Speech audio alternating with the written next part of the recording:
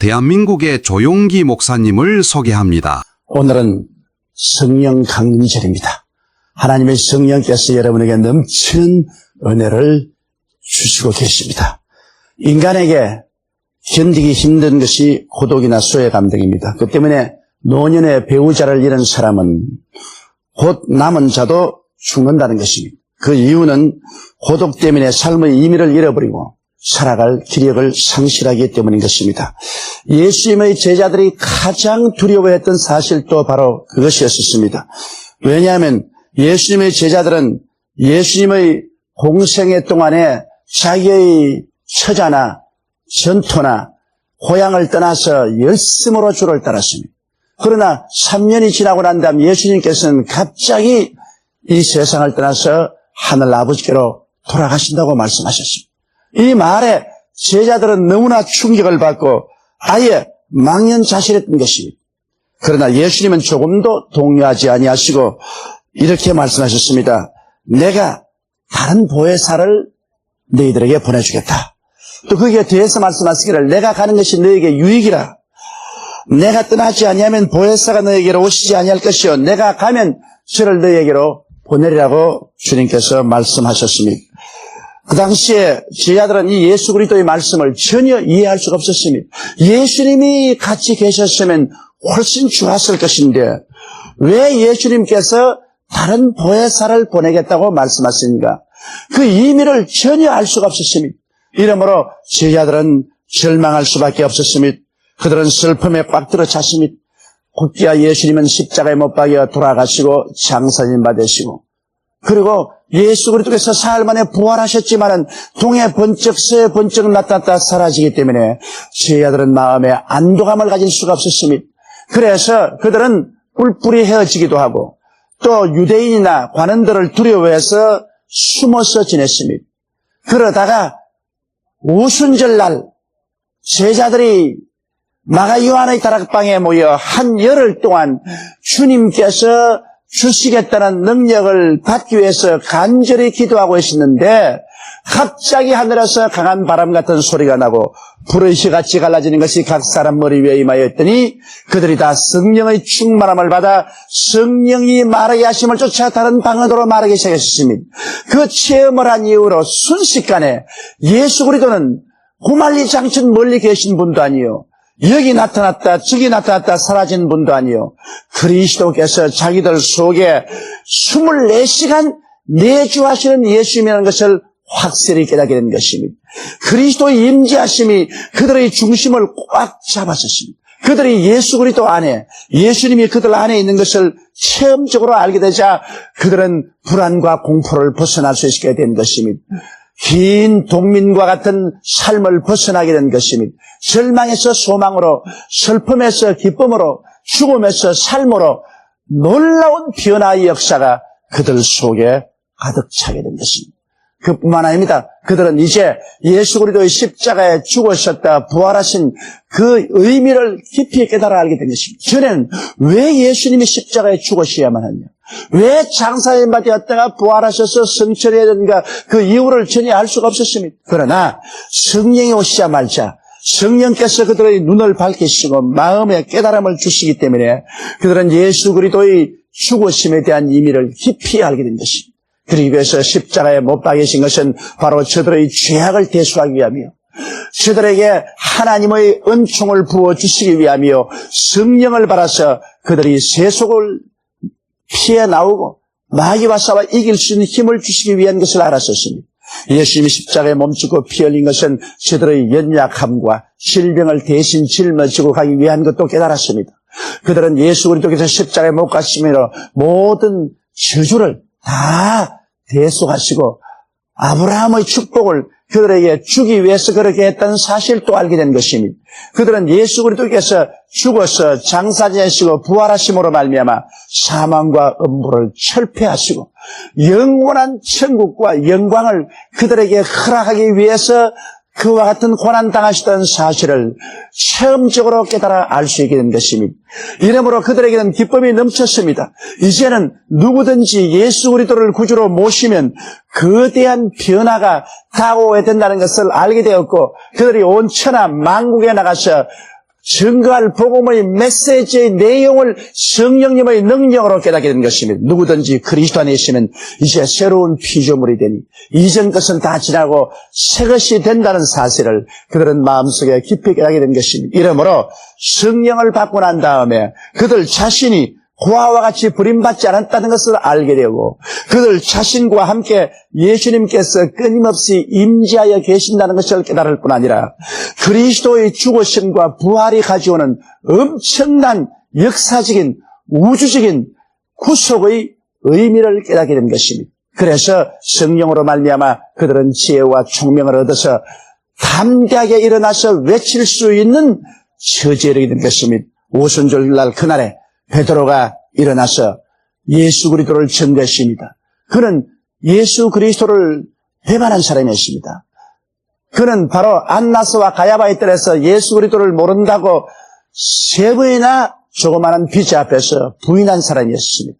그럼에도 불구하고 그는 담대하게 일어나서 예수 그리스도께서 구주되심을 선포할 때 하루에 3,000명이 회개를 합니다. 그 다음에는 유문과 안진뱅이를 나사렛 예수 이름으로 일으킴으로 말미암아 5,000명의 남자들이 회개하고 돌아오는 역사가 일어나서 순식간에 예루살렘에서 온 유대, 사마리아의 그리스도의 복음을 가득히 채우고 그리고 거기서부터 출발해서 온 로마 제국으로 나가서 300년 이내 로마 제국을 예수 그리스도의 무릎 앞에 꿇게 만들어 놓고 말한 것입니다. 이것이 바로 성령 강림의 위대한 결과인 것입니다. 오늘 그러므로 예수께서 우리에게 다른 보혜사를 보내주겠다고 약속하신 그 의미를 우리가 한번 알아보십시다. 첫째로 다른 보혜사란 의미가 무엇일까요? 여러분, 다르다는 의미는 헬라어에는 2가지가 있습니다. 하나는 알로스란 말이고 또 하나는 헤테로스란 말인 것입니다. 그래서 요한복음 14장에 예수께서 다른 보혜사라고 말한 그 헬라어는 알론 파라클레톤이라고 말하고 있는 것입니다. 알로스란 말은 전혀 똑같은 것이 2개 있는데 그 중에 하나 다른 것을 말할 때 알로스란 말을 씁니다.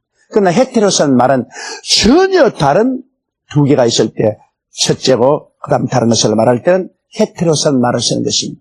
그런데 예수님께서는 헤테론 파라클레톤이라고 말하지 아니하시고 알론 파라클레톤을 보낸다고 말씀하시므로 내가 첫 보혜사인데 나와 전혀 똑같은 다른 보혜사를 보내겠다고 말씀하신 것입니다. 그렇기 때문에 예수께서 제자들이 망연자실하고 절망에 처했을 때도 조금도 동요하지 않으시고 담대하게 말할 수 있으신 것은 예수님이 가시는 것은 바로 성령을 통해서 다시 오음을 의미하기 때문인 것입니다. 그러므로 성령 강림은 부활하신 예수님의 강림이요 성령 임재하심은 예수님의 임재하심이요 성령의 사역은 바로 예수께서 사역하시는 것을 알았기 때문에 비록 예수님은 첫째 보혜사고 성령님은 다른 보혜사지만은 두 하나님이 전혀 똑같은 하나님이라는 것을 아시기 때문에 주님이 동요하지 않고 담대하셨습니다. 예수님이 하나님이시면 성령도 하나님이십니다. 예수님이 사랑이시면 성령도 사랑이십니다. 예수님이 권능이시고 성령도 권능이십니다.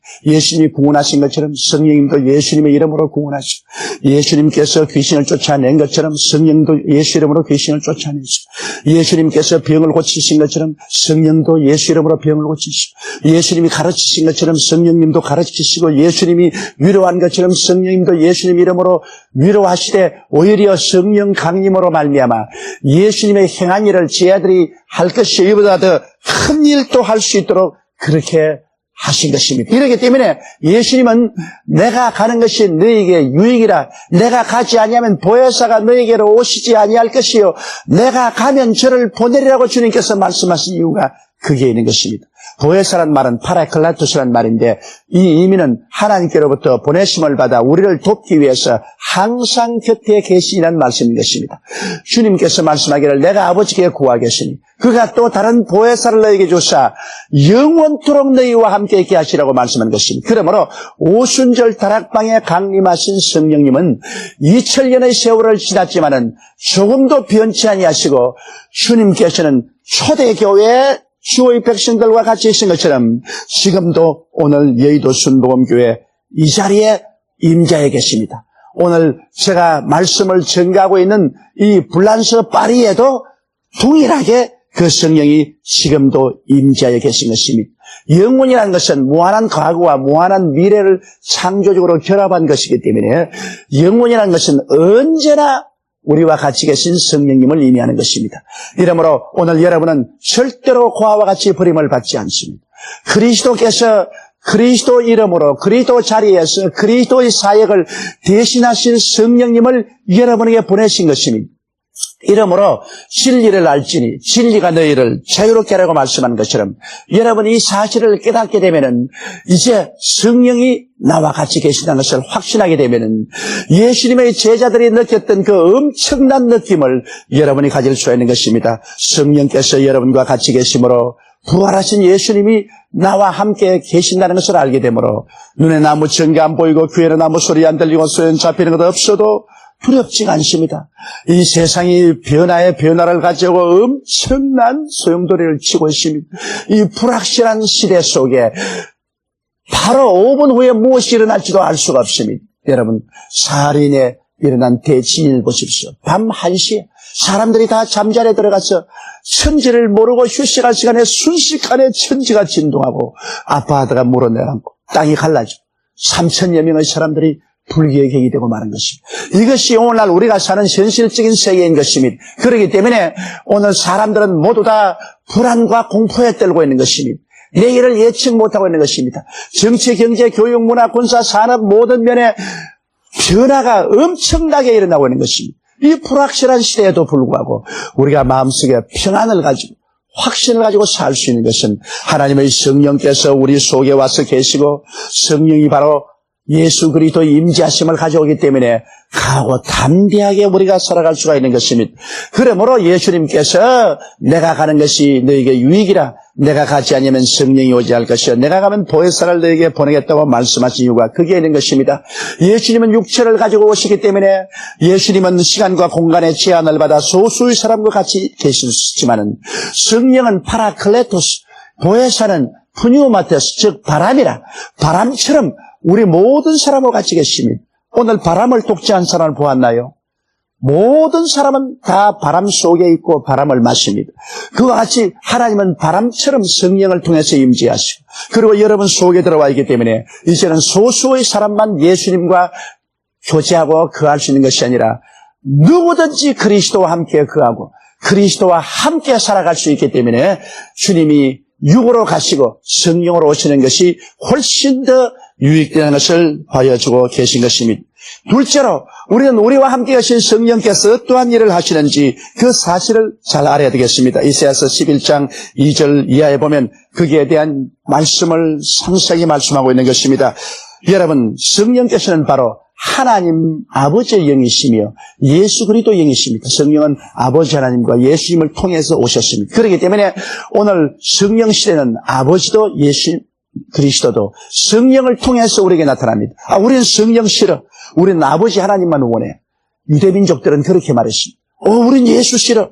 야훼 하나님만 섬기겠어. 그러나 야훼 하나님께서는 예수 그리스도를 통해서 신약 초기에 나타나신 것입니다. 그러므로 예수 그리스도를 통하지 않고 아버지께로 올 자가 없었습니다. 오늘 많은 사람들이 성령 싫어. 나는 예수님만 직접 믿겠어. 그렇게 말하는데 그 잘못된 것입니다. 왜냐? 이제는 성령을 보내시기 때문에 성령을 통하지 않고는 예수 그리스도를 주라고 할 수도 없는 것입니다. 그러므로 하나님 아버지도 우리 주 예수 그리스도도 성령을 통해서 나타나심으로 성령을 하나님의 영, 예수 그리스도의 영이라고 하는 이유가 거기에 있는 것입니다. 그리고 성령은 바로 지혜의 영인 것입니다. 지혜는 문제를 해결하는 능력이 바로 지혜인데 우리가 이 세상에 살면서 여러 가지 문제에 부딪히고 고통당할 때 성령이 계시면 성령께서 우리에게 지혜를 주시는 것입니다. 너희에게 지혜가 부족하거든 꾸짖지 아니하시고 후히 주시는 하나님께 구하라 그리하면 주시라고 말하는 것입니다. 성령은 지혜의 영이기 때문에 우리와 같이 계셔서 문제를 해결할 수 있는 능력을 주십니다. 성령은 또한 총명의 영이신 것입니다. 우리에게 총명함을 주셔서 사물을 깨닫게 해주시는 것입니다. 특별히 하나님을 알게 하시고 진리의 말씀을 깨닫게 하십니다. 전에는 캄캄하여 모르던 것이 성령이 오시자 마음에 총명을 주셔서 하나님의 진리가 밝게 깨달아지게 되고 이 세상을 살아가는 데 필요한 총명을 주시는 것입니다. 성령은 또한 모략의 영이신 것입니다. 모략이라는 것은 나쁜 의미로서 모략이 아니라 카운셀링이라는 말인 것입니다. 어떤 일을 당했을 때 이것을 어떻게 해결할 것인가 하는 것을 조언해주고 가르치는 것이 바로 카운셀링입니다. 성령은 카운셀링의 영인 것입니다. 우리가 어떻게 해야 될 것을 가르치면 가정사, 자녀를 기르고 결혼하고 사업을 하고 살아가는데 어떻게 할 것인가. 그것을 성령은 가르쳐 주십니다. 이렇기 때문에 우리가 기도하고 성령의 가르치심을 기다리면 성령이 마음속에 깨닫게 해주시는 것입니다. 그래서 우리가 현명하게 될 수가 있는 것입니다. 성령은 또한 재능의 영이십니다. 재능이라는 건 다소 능력을 말하는 것입니다. 너희가 성령을 받으면 능력을 얻고, 능력이라는 것은 그저 이런 힘만 능력이 아닙니다. 능력이라는 것은 기도할 수 있는 능력도 되고 복음을 전가할 수 있는 능력도 되고 가르치는 능력도 되고 그리고 구제하는 능력도 되고 권위하는 능력도 되고 행정 처리하는 능력도 되고 여러 가지 능력을 하나님의 성령은 주십니다. 특별히 성령의 은사를 통해서 지혜의 말씀, 지식의 말씀, 영분별의 연사, 방언의 연사, 방언 통역 연사, 예언의 연사, 믿음의 연사, 기적의 연사, 병 고치는 은사 등 같은 이런 능력도 성령께서 허락해 주시는 것입니다. 그 다음 성령은 바로 지식의 영인 것입니다. 성령은 우리에게 오셔서 진리를 가르칩니다. 예수께서 말씀하기를 제가 너희를 모든 진리 가운데로 이끌어 주시라. 내가 내게 한 말을 기억나게 하시라는 것입니다. 그러므로 성령께서는 오셔서 하나님의 진리를 우리에게 가르쳐 주심으로 우리가 깨달아서 많은 지식을 얻게 되는 것입니다. 예수님의 제자들도 성령 오시기 전에는 그리스도의 십자가에 죽었다가 부활하신 의미를 전혀 몰랐습니다. 그것이 하나의 참패로 알았습니다. 패배를 알았습니다. 오늘 예수 안 믿는 사람들도 예수 그리스도의 십자가에 죽으면 하나의 비극이라고 생각합니다. 그러나 성령이 오셔서 깨닫게 하시면 이것은 일대 우주적인 구속의 대역사인 것을 알게 되는 것입니다. 그를 통해서 주님께서는 우리에게 새로운 지식을 주신 것입니다. 우리는 용서받는 의인이 되었다는 지식, 우리는 성령으로 성결하게 됐다는 지식을 주시며 제가 채찍임으로 병 고침을 받았다는 지식을 주시고 그리스도로 말미암아 아브라함의 복을 받고 저주에서 해방되었다는 지식을 주시며 사망과 음부에서 해방되어 천국과 영생을 얻게 되었다는 새로운 지식을 주시는 것입니다. 이것은 성령으로 말미암지 않고는 절대로 깨달을 수가 없는 것입니다. 그뿐 아니라 성령께서는 오셔서 야훼를 경외하는 영이 되어서 우리가 하여금 하나님을 참으로 공경하고 하나님을 사랑하고 하나님을 섬기도록 만들어주는 것입니다. 성령이 오시기 전에는 사람들이 하나님을 두려워하지 아니하고 하나님을 무시하고 그리고 하나님에 대해서 자기 마음대로 말할 때가 많습니다. 그러나 성령이 오시면 하나님 앞에 두려움으로 떨며 하나님을 경외하고 사랑하게 만들어주는 것입니다. 또 하나님의 성령은 거룩한 영이십니다. 그러므로 오셔서 우리를 세속에서 분리해내어서 생각이 거룩하고 말이 거룩하고 행동이 거룩하게 만드는 역사를 베풀어 주시는 것이요. 성령은 또한 위로의 영이십니다. 우리가 세상에 가면서 수고하고 무거운 짐을 질 때도 있고 고난에 부딪힐 때도 있고 큰 슬픔에 부딪히고 상처 입을 때가 있습니다. 그럴 때 성령은 오셔 우리 마음을 붙잡아서 위로해 주심으로 말미암아 그 큰 충격과 고통과 상처를 극복할 수 있도록 도와주시는 것입니다. 성령은 또한 인도하는 영으로서 우리의 삶의 길을 인도하십니다. 목자가 양을 이끌듯이 성령은 우리를 인도하십니다. 또 성령은 우리 연약함을 도우십니다. 우리의 삶에 여러 가지 연약이 있지 않습니까? 그 연약함을 도우셔서 약한 데서 강하게 될 수 있도록 만들어주시는 것입니다. 성령은 또한 책망하는 영으로서 우리와 같이 해서 우리의 잘못된 일을 준엄하게 꾸짖으십니다. 죄에 대하여, 의에 대하여, 심판에 대하여 세상을 책망했다고 말씀한 것입니다. 성령의 죄책, 책망을 듣고 우리는 통회하고 자복하게 되는 것입니다. 이와 같이 하나님의 성령은 우리와 같이 계셔서 놀라운 많은 역사를 베푸시는 것입니다. 셋째로 우리는 성령의 교통하심을 이제는 배워야 되는 것입니다. 여러분 우리가 고린도 후서 13장 13절로 14절에 보면은 예수 그리스도의 은혜와 하나님 아버지의 사랑과 성령의 교통하심이 너희 무리와 함께 있을지어다고 말씀하고 있는 것입니다. 여러분 성령은 인격적인 하나님인 것입니다. 여러분과 똑같이 지식을 가지고 계시고 감정을 가지고 계시고 의지를 가지고 계십니다. 비록 눈에 보이는 육체를 안 가지고 있지만 성령은 바람과 같이 우리와 함께 계신 인격자인 것입니다. 인격자는 인격자로서 인정하고 환영하고 모셔드리고 의지하고 감사하고 찬양하고 대접해야 되는 것입니다. 이 세상에서 가장 슬픈 것은 인격적인 모욕을 주는 것입니다. 아무리 부부간에 사랑하고 백년해로 하자 하더라도 만일 서로가 상대방의 자존심을 짓밟아버리고 인격을 무시하는 모독적인 말을 하면 그러한 가정은 깨어지고 마는 것입니다. 인간은 인격을 가지고 있기 때문에 인격을 모독하는 말은 사람은 견디지 못합니다. 그렇기 때문에 모든 사람들이 적더라도 자존심이 있어서 살아가고 있는 것입니다. 인간에게 가장 마지막까지 지키려고 몸부림치는 것이 자존심인 것입니다. 인간이 자존심마저 내어 던져버리면 그때는 짐승으로 변하는 것입니다. 그건 왜냐? 인격이기 때문에 자존심이 있습니다. 하물며 보혜사 성령님은 위대한 하나님이십니다. 그렇기 때문에 하나님의 신격을 가지고 계신 성령님은 무한한 자존심을 가지고 계십니다. 이러므로 성령님의 자존심에 상처를 입히면 성령님은 소멸되고 맙니다. 성령님은 떠납니다. 그렇기 때문에 성경은 성령을 슬프게 하지 마라 그렇게 말하고 또 성령을 소멸치 말라고 말씀하고 있는 것입니다. 성령은 이러한 큰 자존심을 가진 하나님이시고 우리와 늘 같이 계시기 때문에 성령과의 펠로십이 있어야 되는 것입니다.